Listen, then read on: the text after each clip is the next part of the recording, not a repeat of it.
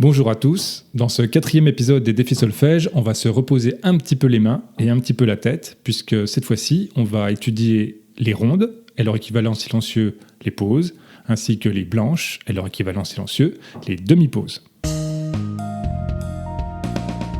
air, des musiques. Dans cet épisode, nous allons bien sûr travailler sur nos acquis. Nous avons vu les noirs et leur silence associé, les soupirs. Nous avons vu les croches et les demi-soupirs. Et bien sûr, nous allons retrouver ces éléments dans le cours d'aujourd'hui. Mais ces éléments vont être augmentés avec nos amis les rondes, les pauses, les blanches et les demi-pauses. Comme toujours en solfège rythmique, la théorie c'est assez simple. Une ronde, c'est l'équivalent de 4 noirs, et dans une mesure dont la signature rythmique serait du 4-4, et uniquement dans ce cas-là, la ronde vaut 4 noirs, donc la ronde vaut 4 temps. La blanche vaut 2 noirs, donc dans une mesure avec une signature rythmique en 4-4, la blanche vaut 2 temps. Naturellement, les équivalents silencieux de la ronde et de la blanche durent exactement le même nombre de temps. La pause dure 4 temps, la demi-pause dure 2 temps. Voilà, on a fait le tour de la théorie en ce qui concerne les rondes, les blanches, les pauses et les demi-pauses. Alors maintenant, passons au cas concret, voyons comment ça sonne sur une portée avec des mesures en 4-4. Alors comme toujours, métronome, tempo à 60, on compte à haute voix et on frappe dans les mains lorsqu'on voit quelque chose à interpréter sur la portée. Alors pour nous aider à bien entendre la durée des notes, mon ami le bassiste va nous aider en interprétant lui aussi ses partitions, ses mesures de solfège rythmique. 1, 2, 3, 4, 1, 2, 3, 4, 1, 2, 3, 4, 1, 2, 3, 4. Donc vous l'avez vu, rien de compliqué pour cette première portée, passons tout de suite à la deuxième. Alors la seule vraie difficulté sur cette portée, c'est finalement la dernière mesure, où on se rend compte qu'il y a sur les temps 3 et 4 des croches en l'air, donc c'est peut-être là que ça va être un petit peu compliqué à aborder, mais vous allez voir finalement lorsqu'on s'exerce, ça passe très bien. Alors métronome, et on y va.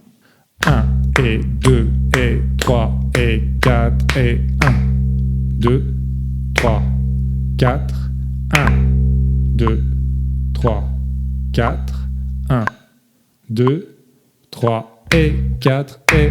Voilà, comme je vous le disais, rien de compliqué pour cette portée. Passons tout de suite à la troisième. Là encore, rien de compliqué. Alors, métronome.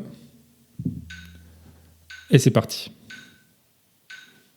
1, 2, 3, 4, 1, 2, 3 et 4 et 1, 2, 3, 4, 1, 2, 3, 4.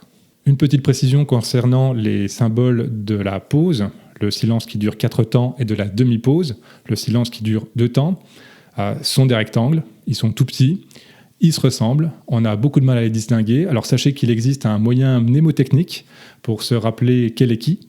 On dit la demi-pause est posée.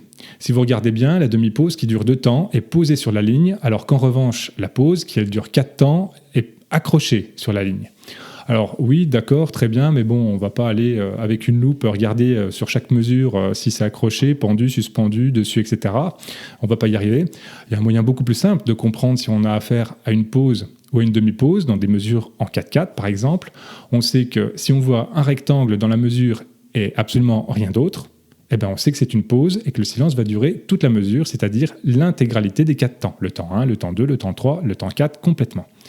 En revanche, si dans la mesure on voit un rectangle, un petit rectangle miniature à peine visible et qu'on voit d'autres symboles rythmiques, une croche, une noire, etc., eh bien on saura que là on a affaire à une demi-pause et donc que le silence de la demi-pause durera 2 temps.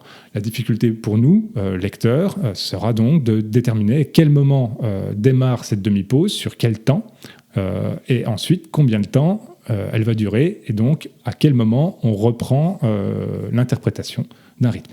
Alors maintenant que vous savez que la demi-pause est posée et que vous êtes donc assuré d'avoir une vie heureuse, passons à la 4e portée. Alors métronome, et on y va. 1, 2, 3, 4, 1, 2, 3, 4, 1 et 2, 3, 4 et 1 et 2 et 3, 4. Bon, sur cette mesure, il n'y avait pas de pause, il n'y avait que des demi-pauses, donc c'était assez facile de comprendre qu'il s'agissait de silence qui durait uniquement 2 temps. Donc là, normalement, ça devrait passer sans problème. Si jamais ça passe pas, vous faites comme d'habitude, vous reprenez la lecture de votre ligne, et puis vous y allez tranquillement, pas à pas. Alors on va passer maintenant à la dernière portée de ce 4e épisode des défis solfège rythmique. Alors là, c'est un petit peu plus alambiqué, il y a un petit peu plus de choses, il y a des choses un peu plus sur les contretemps, en l'air. La basse va bien nous aider, encore une fois, on dit merci au bassiste, va bien nous aider à comprendre comment tout ça s'articule. Parce que frapper dans les mains, ça permet encore une fois de marquer le début de l'événement rythmique. Ça ne permet pas de dire quelle est sa durée. Et ça, c'est le bassiste qui nous aide. Alors merci, monsieur le bassiste. Allez, c'est parti, métronome et on y va. 1 et 2 et 3, 4. 1 et 2, 3, 4. 1, 2 et 3, 4, 1 et 2, 3, 4.